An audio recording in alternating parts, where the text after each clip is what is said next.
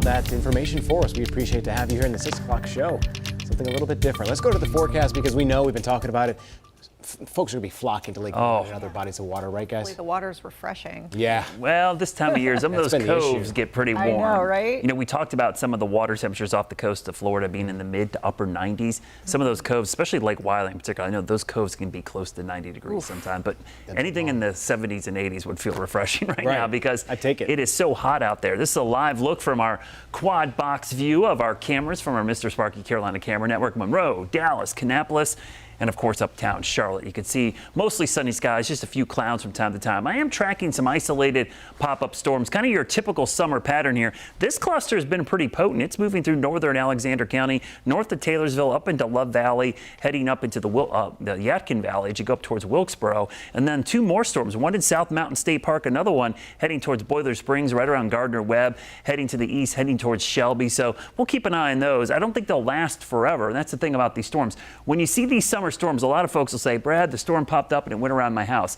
Remember, when it's mature, that's a phase, that's a life cycle of a storm. It's already at its maximum intensity, so it's going to weaken as it pushes east. Now, new storms can form on the outflow from these, but these storms don't develop and just go on forever in their same state. They're going through a life cycle of forming, maturing, and then dissipating. So we'll likely see more of these develop over the next couple of days. If you want rain at your house, and a lot of folks do on the lawn and garden, you want that storm to be mature when it gets over you, not developing to your west. Average number of 90-degree days per year is 44. Last year we had 32 at this point. Up to this point this year, only 17, but all of those have happened pretty much in the past 2-3 weeks. We've seen some really warm temperatures. Now, tomorrow night, Luke Combs concert, grab the poncho. It's not going to rain the whole time, but at some point there's going to be a passing thunderstorm. Remember, lightning could be the only reason there would be a delay. Concert starts at 5:45, so there's a lot of time to get that concert in. Both nights, though, we are expecting scattered storms, probably more on Friday than on Saturday, but it's hot and steamy. Get used to it. We're in that summer pattern. The storms that do bubble up the next couple of days, a couple of them could be strong. Damaging winds, always our big concern in the summertime. Those downburst winds are what we'll be watching. Here's a look at our futurecast. Kind of shows the story.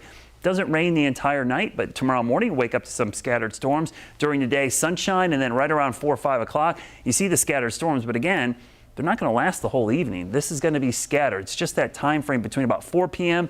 and about 9 p.m.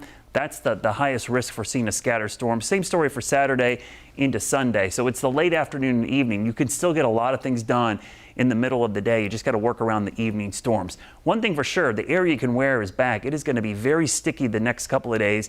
Those heat indices could jump above 100 degrees tomorrow, again on Saturday, and certainly on Sunday.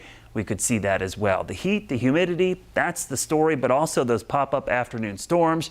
Your Guy Roofing 7-day forecast. This tells you how warm it is. 92 is the coolest day in the 7-day and the 10-day forecast. Just goes to show you how warm it's going to be by the middle and end of next week with highs in the mid, possibly upper 90s. All right. Thank you, Brad.